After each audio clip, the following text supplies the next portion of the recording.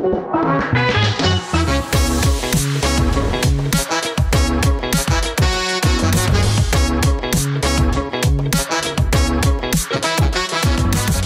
šobrīd esam Uzvarā, esam atbraukuši ciemos pie Uzvara lauks, un šeit mums notiks projekts sadarbībā ar Nufarmu, Rovensu, Rapulu un Vāderstatu. Sergej, varbūt mazliet pastāstīja, kas ir darīts uz lauka, kāda situācija šobrīd uz lauka tieši priekš rapšu sējas. Jā, pirmkārt, man prieks jūs redzēt, ka jūs atbraucat pie mums, ka jums ir interese par Uzvara lauku. Un situācija ir tāda, ka viss ļoti veiksmīgi, es varu teikt tā, šobrīd notiek. Mēs rapsi apsējam par 90%, mums palika daži 150 hektāri. Būs iesēts viss optimālajos termiņos, bet galvenais, ka mēs samazinājam krietni šogad platību, tāpēc mums arī tik ātri viss būs apsēts. Jo ir viena būtiska lieta, ka pēdējos gados rapsis kaut kā negrib pie mums augt. Tik labi, ka bija, teiksim, kad 10 gados atpakaļ, ka mums bija 5 tonnas vidēja raža no hektāra. Tagad mēs 3 dabūjam, mēs jau priecājamies. Un mēs likam ļoti daudz gan lapu meslojumus, gan mikriņus, gan aminoskābes, veicinātājus, visu, ko daram. Bet rapsis kaut kā palika ļoti neatsaucīgs uz šitiem pasākumiem. Tev ir varbūt kaut kādi iemesli, kāpēc tas tā varētu būt notikt pēdējos gadus? Pirmais, es domāju, klimata maiņa, kaut kas mainās klimatā. Kaut pagājuši gadu uz ziemu rapsis aizgāja ļoti jaudīgs, smuks un pārzimoja ļoti labi. Šogad mums ļoti minimāli noslika, pleķi bija nelieli.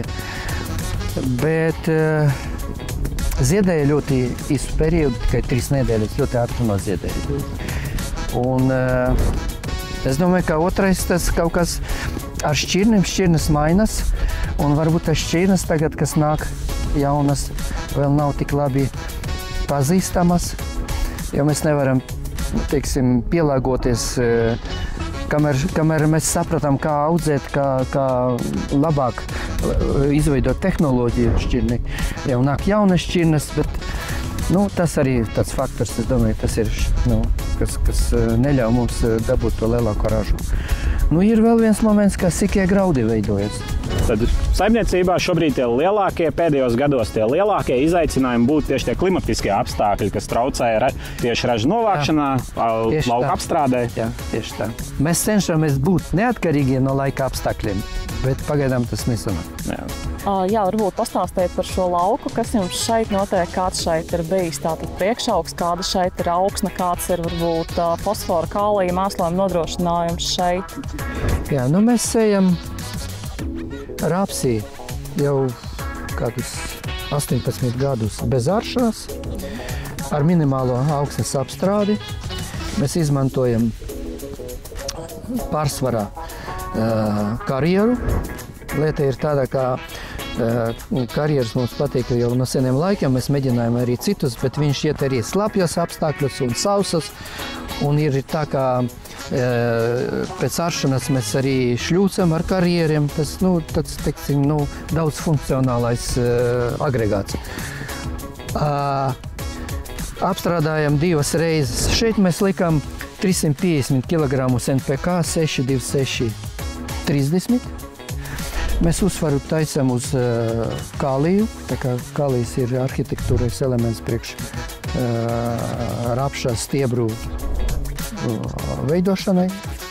Un galvenais, lai tas rapsis pārzemo. Pēc tam mēs jau esam gatavi viņam dot visu kopā, pa lapam, pa saknēm, pa augsni, miglojot ar dažādiem augšanas veicinātājiem, mikroelementiem un pārējiem lietām. Mēs ceram uz jums, ka jūs mums palīdzēsiet to ražu dabūt vēlāku.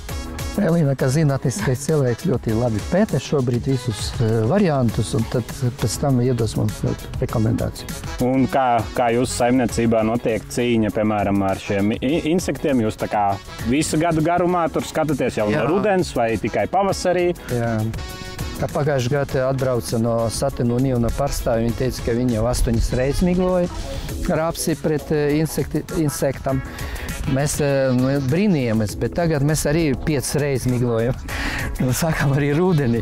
Rudenī miglojam un tad pavasarī ļoti agri, jo smecernieki arī laikam ir pielāgojušies. Viņi negaida, kad būs 10 grādi plusa, un tad viņi izlīdīs ārā un tikai tad sāk baroties. Viņi jau tur ir jau uzreiz, ka saule varbūt parādās pavasarī. Tāpēc jāmiglo.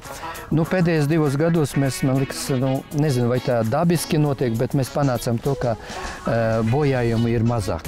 Tas pēc tam var atsākties uz rapšu. Līdz šim vispār kviešiem pēdējos gados ļoti labs veselīgums. Tāds stāvoklis, ka mēs fungicidus lietojam vai minimālas devas vai pusdevas. Nav vajadzības. Tā kā mūsu projektā būs arī kvieši, šim laukam ceļa otrā pusē ir. Varbūt, Sergej, tu vari pastāstīt, kas tevi uztrauc tieši kviešos? Jā, ir tāds moments, ka kvieši ļoti, teiksim, pie labas rāžas krīt veldre. Mēs jau pēdējos gados lietojam gandrīz 3 regulātorus, gandrīz visai platībai. Un, manuprāt, tie regulātori, kas ir reģistrēti Latvijā, ir bišķiņi ar nepietiekošo devu, jo, piemēram, tas pats modus 04 vai citi, kas ir reģistrēti, pie tās masas, kas veidojas, pie tās ražas, viņi nespēja nodrošināt līdz galam veldres izturību. Un man liekas, ka vajadzētu palielināt regulātora devas, jo mēs barojam labi, jo mēs ejam uz maksimālo ražu, bet mēs nedodam vairāk par 220 kg pirviela, piemēram, jā, piešim un 230 rapsim. Tā kā mēs esam zonā, kur ir ierobežojumi, bet vācieši, es zinu, arī dod 250, tur, kur viņi uzskata, ka ir vajag un ir potenciāli. Jo, ja mēs gribam 10 tonnas, tur vajag 250. Mēs tad šajā projektā mēģināsim arī tikt galā ar tādiem kā klimatiskajiem izaicinājumiem. Un pirmais tad ir tās mikrogranulas, kas, manuprāt, varētu tomēr efektīvs būt mēslojums priekš sēklām tajās agrējās attīstības stadijās tieši rapsī. Un nākamais, ko mēs tad darīsim rudenī, ir nosmidzināsim arī ar jūras zālēm, jo jūras zāles arī tagad tieši varētu mēģināt pasargāt tos augus no nelabvēlīgiem apstākļiem. Skatīsimies, protams, pēc situācijas arī kāds būs rudens, vai tas būs svēss, vai tas būs sauss, un tad vienkārši iziesim no situācijas un mēģināsim jūras zāļu produktus, lai arī tie augi justos labāk, uzkrātu cukurus uz rudeni un labāk arī pārziemotu.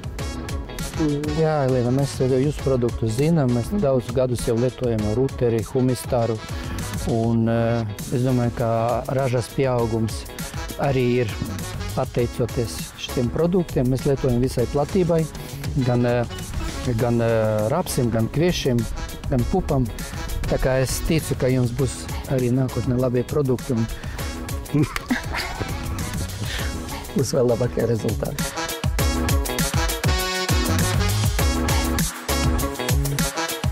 Šeit mēs atrodamies uz lauka, kur mūsu mērķis ir izsēt jaunas rapulšķirnes. Rapulšķirnēm, kā es jau teicu, vairākas reizes ir ļoti laba reputācija, uzticības pakāpe ļoti augsta. Mēs šeit gribējam izsēt 5 šķirnes, pie tām būs varianti ar dažādām izsējas normām.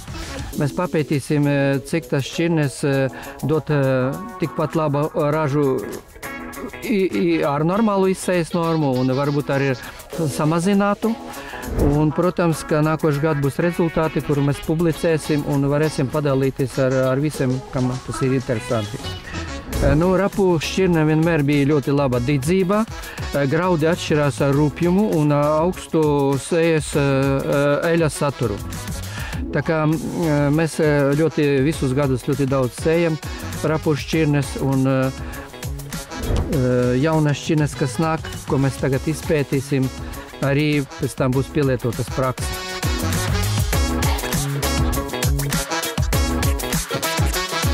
Tempo ir unikāls, teiksim tā, ar to, ka var strādāt lielā ātrumā, un tas ir ļoti precīzi. Tāpat tās var ne tikai ar Tempo sēt rapsi, bet var arī sēt cukurbietes, soju, kviešus, iežus un citas kultūras. Tikai samainot sējas diskus. Tempo var mainīt sējas platumu. Piemēram, šobrīd rapsī mēs izmantojam 45 cm. Savukārt, ja būtu jāsēja kukurūza, tad varētu pārlikt uz 70, 75. Un arī mēs esam dažādus demo taisījuši, kad jāsēja ir starp ķiplokiem. Un tad šīs sējdiskus un rindstarpas var samainīt uz platākām vai šaurākām un pielāgot attiecīgi, cik ir nepieciešams. Tātad šis Tempo, ar ko mēs šobrīd sējam, priekšā ir uzkarināms piltuve priekš minerālu mēsliem, kurš padod uz aizmuguri. Tad minerālu mēsli tiek palikti zem sēklas. Arī šajā planšetē ir iespējams samainīt uz kvadrātmetru sēklas, bet arī ir iespējams samainīt attālumu no sēklas līdz sēklai. Piemēram, ja ir jāsēja burkāni un tiem ir 7 cm no sēklas līdz sēklai, šis Tempo sējmašīna to ļoti labi izpilda. Un tad, ja ir jāsamazina sēklu atstatums vienai no otras, to tieši tāpat caur iekšā no kabīnes var izdarīt. Tad Waterstad Tempo ir PowerShoe tehnoloģija, kurā ir sējdisks, uz kura ar vakuumu piesūc pie sējdiska klāt sēklu. Sējdisks izgriežoties ar spiedienu izšauj ārā sēklu, un viņa iešaujas iekšā iegrieztajā vadziņā, kur iet priekšējais disks. Tas veicina to, ka sēkla uzreiz pielīp augsnē, un aizmugurējot pierausējiem, aizber ciet augsni, un augs var ļoti labi attīstīties, un sēklas gultne ir sagatavota. Tad pēdējos gadus Latvijā arī atkal atnāk atpakaļ cukurbietes, un Tempo var sēt cukurbietes ļoti augstā ātrumā un precizitātē.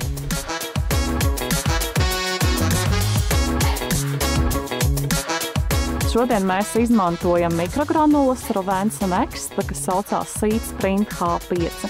Tās ir mikrogranulas ar ļoti augstu fosforu saturu 425 grami uz kilogramu. Un šīs mikrogranulas mēs iesēsim tieši blakus sēklai, lai sēkla dīkstot un attīstoties saknītei jau būtu nodrošināta ar svarīgākajām barības vielām, kas ir nepieciešami tās attīstībai. Kādos gadījumos mums ir nepieciešams lietot mikrogranulas, tie ir pārsvarā vēsi vai pārmitri apstākļi, vai arī vājš barības vielu nodrošinājums, teiksim, samazinātas pamatmēslojuma normas, vai arī zemes barības vielu saturs augsnē. Tad šīs mikrogranulas tiešām sniegs ļoti labu efektu. Tas nozīmē, ka, teiksim, ja mums ir vēlā sēja, tas varētu būt septembra arī sākums, tad mums būtu vēlams stimulēt augus, stimulēt sēklu, lai augs ātrāk augtu. Seed Sprint H5 mēs izmantosim šajā laukā 15 kg uz hektāru. Mēs vēlamies šeit sniegt papildus fosforu, kā arī nodrošināt rapšu sēklu ar papildus sēru, ar slāpekli. Klāt ir arī mikroelementi cinks un ir bagātināts ar humīnvielām, kas nodrošinās ātrāku un lielāku sakņu sistēmas veidošanos, kas mums ir ārkārtīgi svarīgi, lai augs sagatavotos ziemai. Jo lielāka izveidojas sakņu masa, jo augs paliek stiprāks, spēcīgāks un spēj uzņemt barības vielas no augsnes. Fosfors ir augsnē ārkārtīgi mazkustīgs, tāpēc jaunam augam ar maz attīstītu sakņu sistēmu ir fosforu ļoti grūti sasniegt. Otrā problēma ir tāda, ka fosfors var veidot savienojumus, kas ir augiem neuzņemami. Tādā veidā, novietojot mikrogranulu tiešā sēklas tuvumā, mēs panākam to, ka mēslojums ir efektīvāks, kā arī, protams, vidēji saudzīgāks.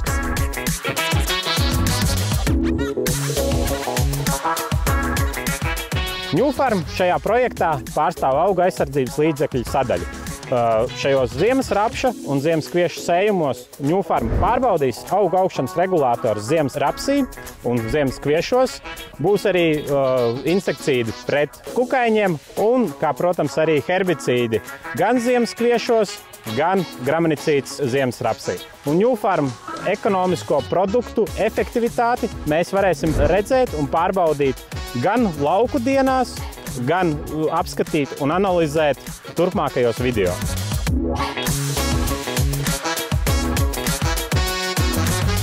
Vēl viens jautājums, Sergej, par to, kur tu smelies idejas par to, ko darīt uz lauku, kur atrast risinājumu. Es nezinu, varbūt tas ir kāds moderns, es TikTok lieto, varbūt tev ir kāda biblioteka nevienam nezināma. Ja?